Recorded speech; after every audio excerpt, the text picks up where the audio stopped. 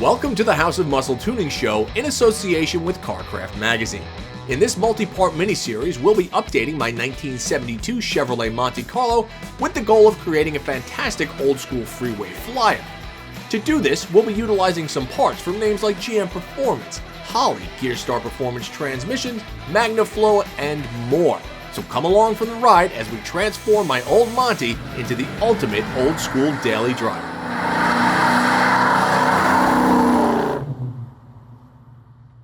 About a year and a half ago, I made the conscious decision that I am going to buy something classic and use it as a daily driver.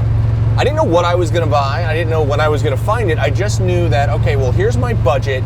Let me see what I can find. And I started looking at all the normal places. I would look at Craigslist. I would look on eBay. I would look in, any periodicals that I would see in my local, deli or whatever the case is. And then I happened upon this. Now, this is my 1972 Chevrolet Monte Carlo.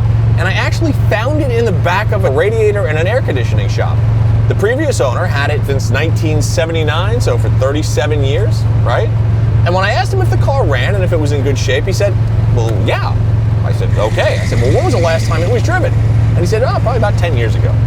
Fair enough. My goal with this car was to say, okay, well, if I'm going to drive this car every single day, rain, shine, any weather, I kind of need to know what I actually have.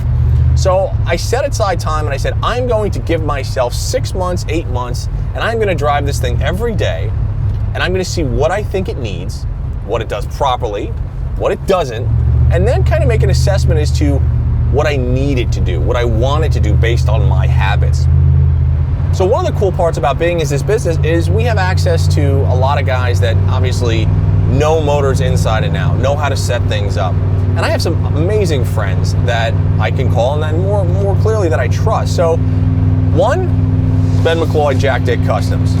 Two, my friend Colin Seaburn. Now, you guys saw Colin in the first ever episode of the House of Muscle. He's the House of Muscle Senior Technical Advisor. And Colin is one of those guys that you can basically give him a Tylenol and a microwave, and he'll build you a nuclear weapon. Third guy, John McCann from CarCraft. And I call John because CarCraft does everything from builds to recommending parts to so on and so forth. So with that group of collective knowledge, we all sat down and said, well, what do you want this car to be? What are the goals and what does it need to do? The short answer is I need it to do everything a car does, right? I need it to start every day. I need it to be reliable. I want to cruise wherever I need to go in 100-degree heat with the AC on and not worry about it. I don't want to bring tools with me. Now, that's kind of a tall order when you're talking about a car that's bordering 50 years old, but, it can happen if you do it right, but more importantly, if you have a good plan. That meant a new GM Performance SP383 crate engine, a Stage 4 200 R4 overdrive transmission from Gearstar Performance, new rear end gears, Holley Sniper EFI, things like a new mini starter, a bigger alternator and tranny cooler, wires, plugs, and of course a big old exhaust, including Patriot headers and a MagnaFlow system to make things sound and perform the way we want them to. Here's the other thing. A lot of the stuff that's already in the car, we're still going to use. We're going to use the original big radiator because it works.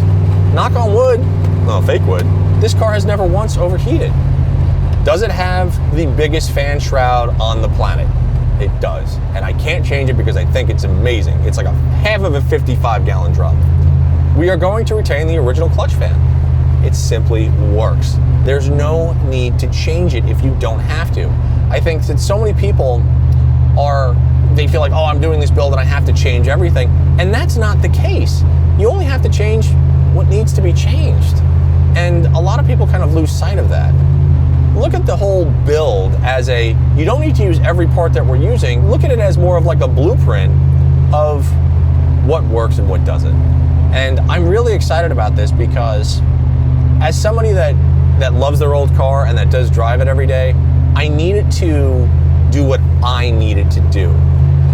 So throughout the next umpteen months, right, you're gonna see this car in an entire video series, be it 4 to 5 videos, and you're also going to see it in a bunch of issues in CarCraft Magazine documenting exactly what we did and why we did it.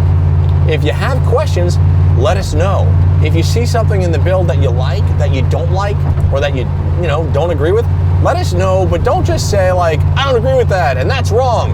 Like, be intelligent and tell us why, because we're really curious to hear your feedback. Don't be shy when you see this come up. Give us your thoughts, tell us what you think, and hopefully this whole series inspires you to get out there and ditch your daily driver for something that's a hell of a lot cooler than what you're currently in. See you guys soon. On the next episode of the House of Muscle Tuning Show, we yank the old oil-burning 350 and 3-speed transmission out to get ready for our new GM Performance SP383 crate engine and the Stage 4 200R4 overdrive transmission from Gearstar Performance. Before you go, make sure to subscribe to the House of Muscle channel by clicking below, and we'll make sure you never miss a new episode of the House of Muscle.